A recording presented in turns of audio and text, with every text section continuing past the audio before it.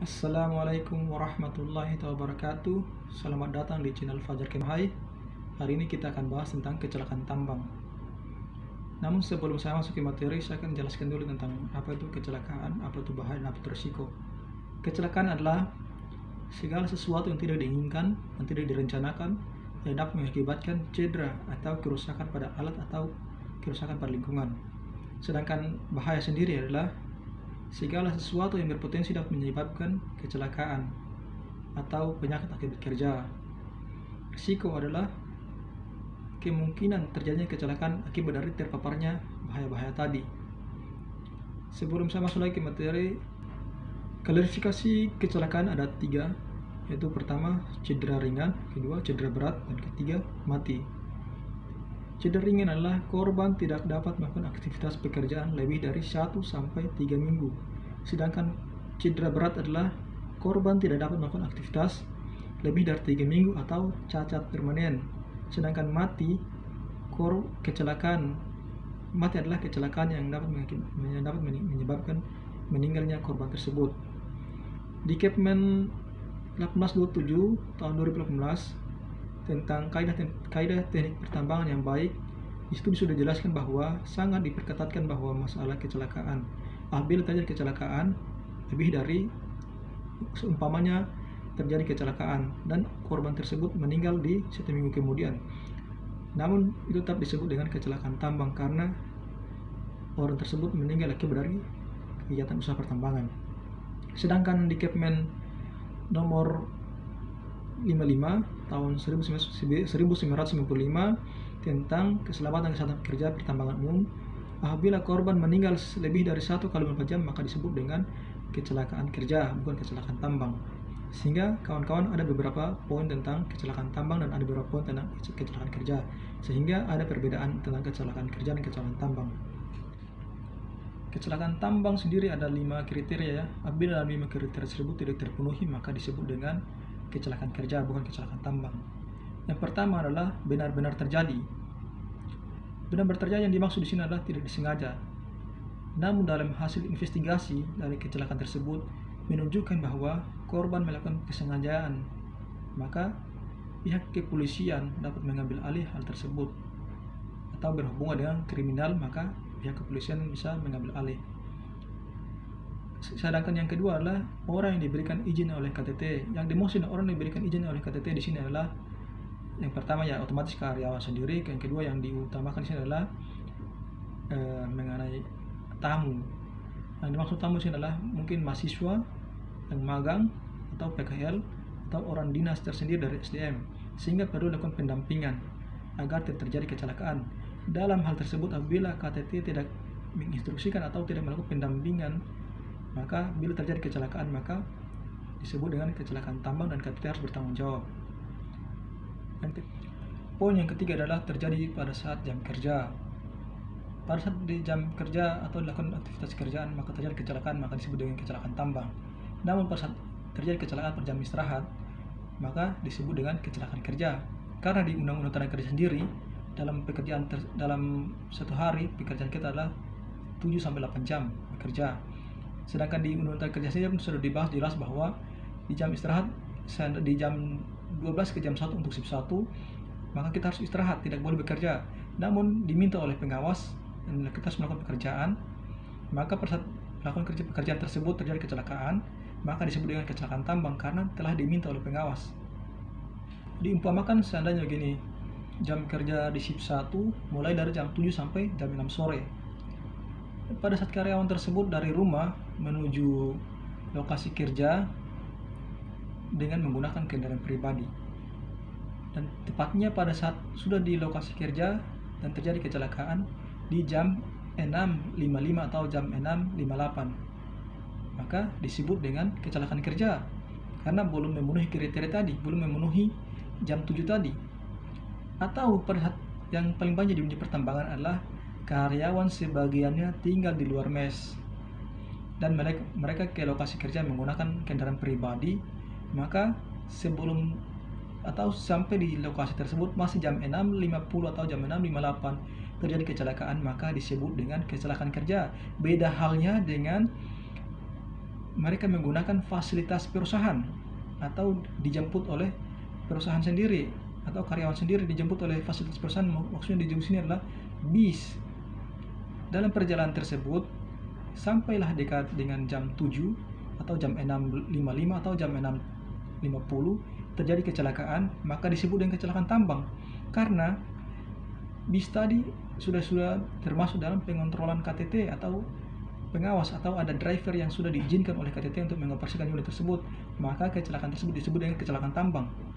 Beda halnya dengan menggunakan alat pribadi, sehingga kalau pribadi disebut dengan kecelakaan kerja.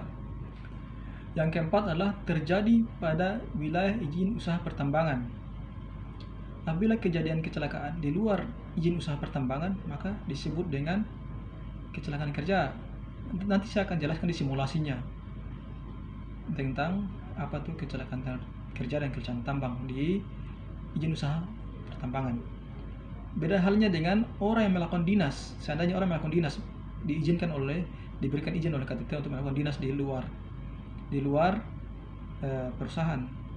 Namun pada saat perjalanan terjadilah kecelakaan, maka tidak disebut dengan kecelakaan tambang karena terjadi kejadian tersebut bukan karena akibat dari kegiatan usaha pertambangan, maka disebut dengan kecelakaan kerja. Sedangkan poin yang kelima adalah terjadi akibat dari kecelakaan akibat dari kegiatan usaha pertambangan. Yang dimaksud dengan kegiatan usaha pertambangan sini meliputi beberapa hal. Pertama, mulai dari penyelidikan umum. Penyelidikan umum di sini adalah mungkin masih mencari masalah singkapan, tracking, mapping, dan membuat test pit bila terjadi kecelakaan, maka disebut dengan kecelakaan tambang. Kedua, eksplorasi, proses pemboran. Jika terjadi kecelakaan, maka disebut dengan kecelakaan tambang. Ketiga, masalah konstruksi, proses konstruksi.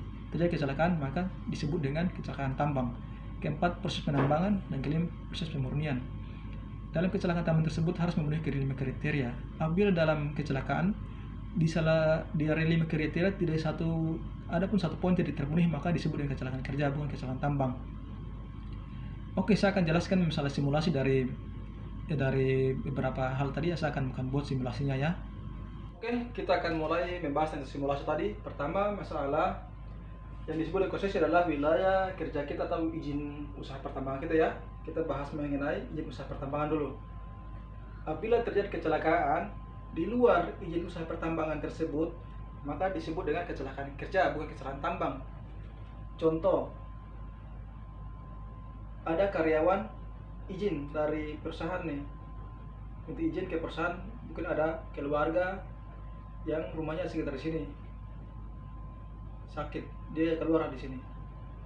Pada saat sampai di sini terjadi kecelakaan, maka disebut dengan kecelakaan kerja karena kejadian tersebut terjadi di luar izin usaha, izin wilayah pertambangan tadi, maka disebut dengan kecelakaan kerja.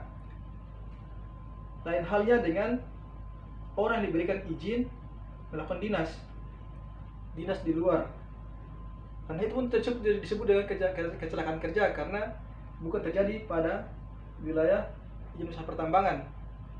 Namun bila terjadi, anggaplah ini jalur hauling ya, dan jalur ini punya perusahaan dan terjadilah kecelakaan di sini jalan, sedangkan izin usaha pertambangannya sampai di sini, wilayahnya sampai sini, terjadi kecelakaan di sini, maka disebut dengan kecelakaan tambang walaupun di luar izin usaha di luar wilayah izin usaha pertambangan, walaupun di luar wilayahnya, namun terjadi kecelakaan tambang karena jalan tersebut mensupport pekerjaan penambangan di dalam, dan jalan ini sudah diberikan izin oleh gubernur atau kementerian yang karena sudah diberikan izin untuk mensupport atau membantu aktivitas perusahaan, maka disebut dengan kecelakaan tambang juga walaupun di luar wilayah izin usaha pertambangan. Sedangkan yang masalah jam kerja, apabila mulai shift 1 mulai dari jam 7 sampai jam 6 sore, anggaplah jam 7 pagi sampai jam 6 sore. Si A dari rumahnya sini menggunakan fasilitas pribadi dan sampailah di sini. Di sini absen tepat jam 7 di luar sini, masih di luar ini. terjadi kecelakaan, maka disebut dengan kecelakaan kerja karena dia menggunakan fasilitas pribadi. Beda halnya dengan dia menggunakan fasilitas perusahaan. Dalam perjalanan sampailah dia di sini, tempat absennya di sini ya, anggaplah tempat absen di sini, kecelakaan tadi anggaplah di sini ya. Kemudian dia sampai di sini, dia menggunakan fasilitas pribadi sampai dia di sini jam 6.50 terjadi kecelakaan di sini. Sudah di dalam sini, maka disebut dengan kecelakaan tambang walaupun memenuhi jam 7 tadi. Karena orang yang mengoperasikan, anggaplah dia menggunakan perusahaan di sini adalah bis. Orang yang mengoperasikan bis ini adalah orang yang sudah diberikan izin oleh KTT atau dia operator yang sudah diizinkan, maka walaupun kecelakaan di dalam sini dan belum jam 7 tapi disebut kecelakaan tambang karena orang tersebut sudah dalam pengontrolan atau pengawasan KTT, sudah diberikan izin yang operatornya tadi dan mengoperasikan unit tadi sehingga disebut kecelakaan tambang. Beda halnya dengan kecelakaan tersebut menggunakan alat pribadi dan kecelakaan walaupun sudah di dalam unit usaha pertambangan dan belum sampai jam 7 maka disebut dengan kecelakaan kerja karena dia menggunakan fasilitas pribadi. Ada beberapa hal yang harus perlu dibahas lebih lanjut mengenai kecelakaan tambang ini, seperti masalah penggunaan fasilitas pribadi tadi. Karena bila perusahaan tidak menyediakan fasilitas untuk jemput karyawan dan karyawan menggunakan fasilitas pribadi dan terjadi kecelakaan tadi di luar jam 7, sebelum jam 7, maka bisa dilakukan investigasi karena perusahaan tidak menyediakan. Maka bisa dimasukkan di investigasi dan bisa dikategorikan bisa kecelakaan tambang ke depan karena perusahaan tidak menyediakan. Mungkin demikian penjelasan tentang simulasi tersebut. Kurang dan lebih saya mohon maaf. Bila